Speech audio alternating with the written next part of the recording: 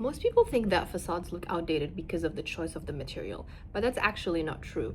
Most facades look outdated because they just have so much clutter and they have so much architectural noise. So in today's video, I'm going to show you a couple tips and tricks that you can use to make your facade read more modern. And it's all about just removing all the noise and the clutter so your geometry can finally breathe. So if you want a facade that reads clean, reads expensive, reads modern, then this video is for you. So let me give you an overall arching theme of what we're going to be talking about today. For a facade to read modern, you would need to look into the form of the facade, meaning how is the composition of the facade reading?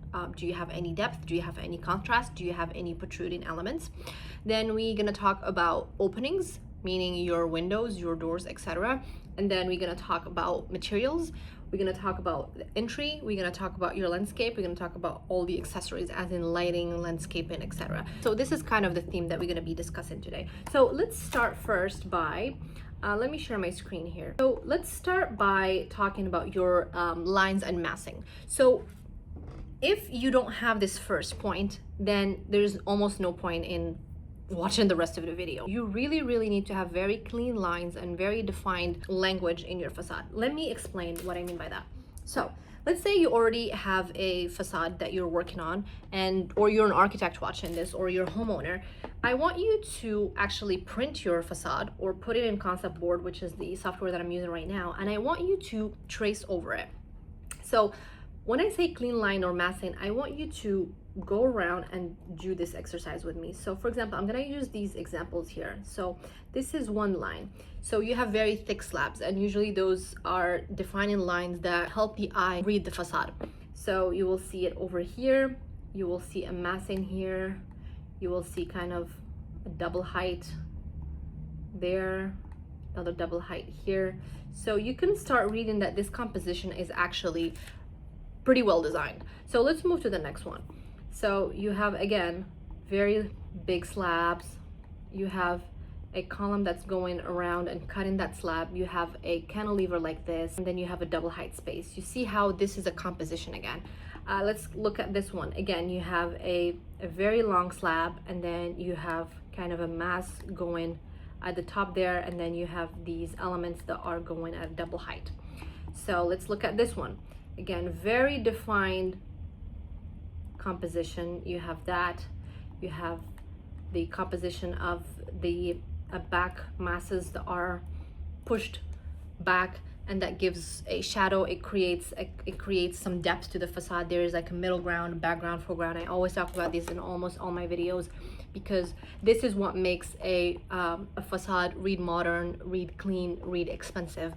Let's look at this one, for example. This is like kind of a no-no example I just put here, and you can see how even though this facade is very simple, it doesn't read modern. It's not just about removing the clutter, but it's also like removing what and adding what. So this one, they're like trying to put this here, but then there's another box here, but then this box is like almost kind of reading weird. Like it's just something, like just the fact that if you look at my red lines here, you can see that the shape is weird. But if I go back to any of these shapes, you can see how it's very clean boxes that are getting put together. Okay, so I think I hope I conveyed the idea there of the clean lines and massing, because again, this is the foundation of your facade. If you don't have this, no amount of materials or no amount of lights or landscaping you can add is not gonna work. Okay, so again, for the massing and the lines of your facade, you can do that by using a couple things. You can either have a double height window, you can have a very large dramatic cantilever, you can have very thick slab edge, you can have a strong volume that's like being pushed forward or backward, or you can have like protruding balconies or cubes. So these are ways to help the composition of your facade, and these elements are actually what's going to become your hero moment. So once you look at it in your facade, you're like, okay, that's what I'm focusing on, that's my moment. Everything else becomes kind of a supporting element, and that one thing is what it's going to really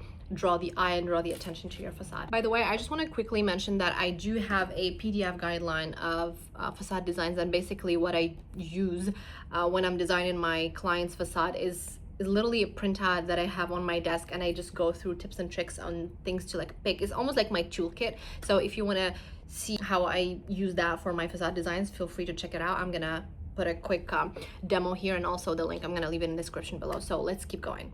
All right, moving on to the next point, which is increasing the window sizes and the openings.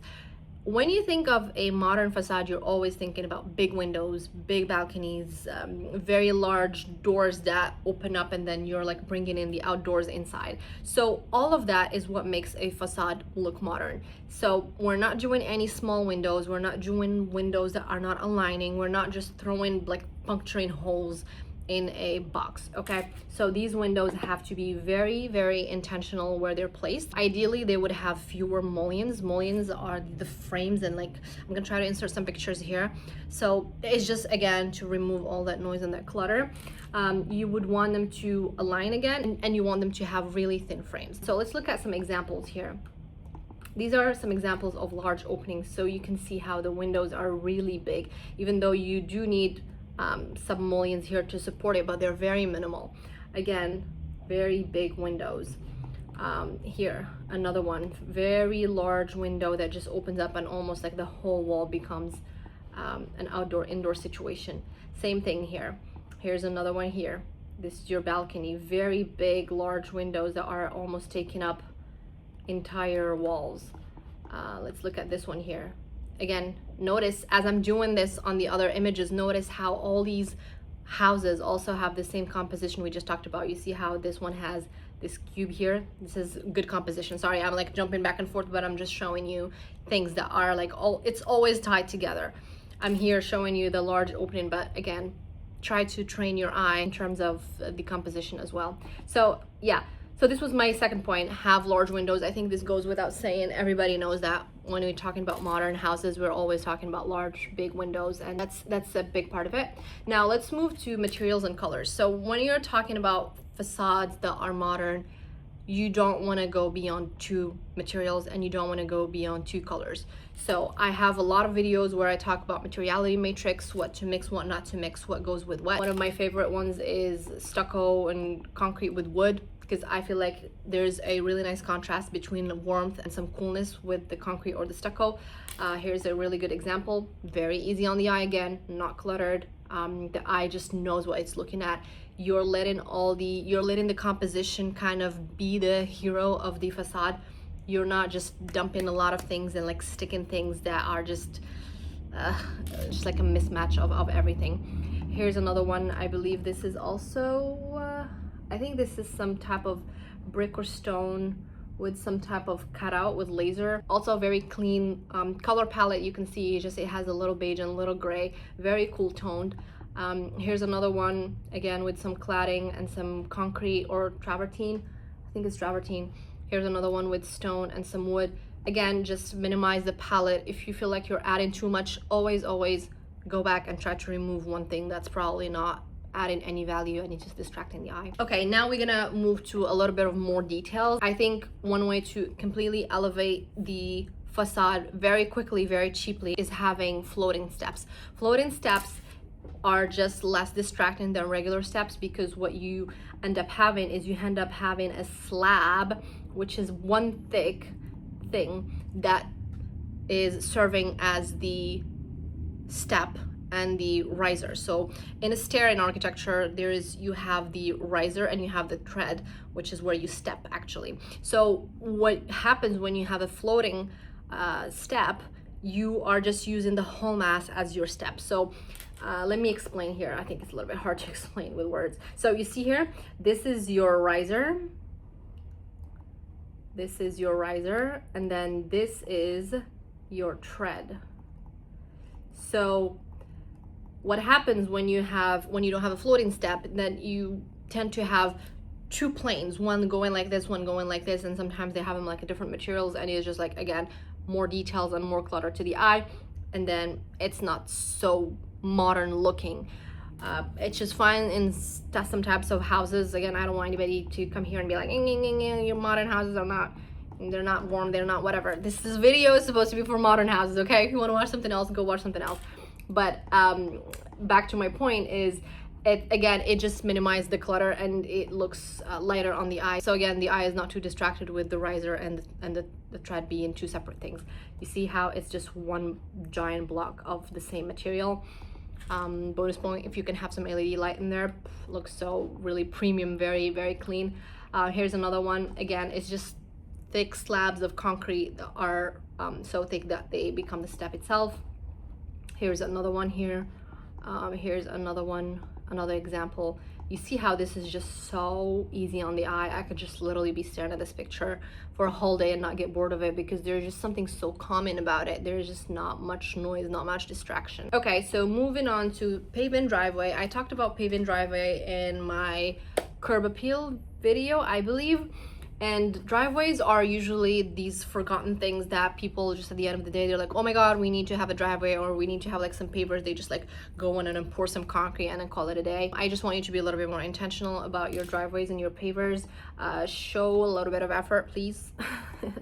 So if you can just do a little bit of gravel in it, or you can do just different crushed stones, or even you can do some turf and some concrete. That way the eye is not looking again at like a giant pool of concrete or just a giant pool of nothingness. It could be like just dirt or something. So if you can just play with the composition, bring in two materials and like have a way that they can merge together, again, it shows some intentionality and it looks like you put in some effort. Now let's move on to glass railing. A lot of people, when they're trying to go for a modern house, I look at their facades and I see railings that look like an outdated French balcony from Champs-Élysées or something. But seriously, if you're going for a modern house, there is no room for negotiation what kind of railing you're gonna have to do. It has to be a glass railing. Number one, it really opens up the space and you can feel like there's almost nothing, but there is. If you have a beautiful view, then you don't have anything that's distracting the view there. I know they're more expensive, but hey, like if you're committing to a type of house, then might as well go the full 9 yards instead of just like, oh yeah, I'm gonna cut cost on this, and then you're like basically ruining the whole point of having a modern house. And notice here, most of these examples that I'm putting are very, very clean glass railings. They don't have almost no joints, no nothing. I did put an example here, and I don't think this is a good example at all. This looks so commercial looking. I don't like this aluminum. It's just very distracting. Again, I'm all about removing all the distractions and having very clean elements. Now we're gonna move to integrated lighting. Again, in these modern houses, you'll notice the theme is all about having things that are integrated, things that are not just like slapped on, things that are not afterthoughts. It's all about having things that are integrated. Again, for integrated lighting, you want to have lighting that's kind of like from within the building, where the building is almost like by itself glowing. And then these could be like, you know, LED lights. These could be like washed down or washed up. You could be like, you can see this picture here, like the building itself is glowing. You don't even know where the light is coming from. Like, sure, you can see them here, but like the wall here, the whole thing is glowing, and it just it makes the house look a lot more upscale and more high-end. Here's another example here. I think this is really nice because it makes that the wall becomes more dynamic. Instead of just having a flat wall, it looks like there's like some architectural element there, but it's actually nothing. It's just shadow. And then last but not least, I want to talk about integrated planters. Again, it's all about not having things that are added afterwards. It's all about having things that are from within. I don't know why I'm yelling, but I get so passionate about this and it just pisses me off when I see clutter. I'm too worked up. Okay, so integrated planters, it needs to be from within the building. You will have a lot of chances to integrate a planter. So for example here, you will see how this it was just begging to have a planter in there, and then I think they integrated very well. Here's another one in the steps. This is another one where it kind of like you can read that this is part of a wall. This is not like some completely different type of material where it's like wood or something, but this and this almost reads the same. Here's another one where they could have just had like continued the steps, but they didn't, so they integrated a planter with a tree, which I think a very nice moment there. Here's another one. You can see how this just automatically becomes a planter. Here's another one by the stair. And again, if you remember my point earlier, this is a nice paver where they would have concrete and turf. I think that's good. Yeah, if you notice, like all these pictures are somehow related and they all have different ideas talking about different things, but they're all coming together. So this is pretty much everything I wanted to talk about today. Again, if you want to modernize your facade, I think the takeaway is you need to really clean out your geometry. You need to have very bold massing. The eye should be able to read all the masses in your facade. You need to have very big, large windows. You need to have a minimal material palette with colors, minimal materials. And then you need to integrate as much as you can in terms of, you know, planters, lights, etc. So the building can breathe and it doesn't have a lot of things added to it, but it's just like standing alone, kind of like effortless without trying too much. So basically that's everything I wanted to share. Again, thank you so much for watching. If you like this video, leave a like, subscribe, share, do all that stuff, and I'll see you in the next one. Bye.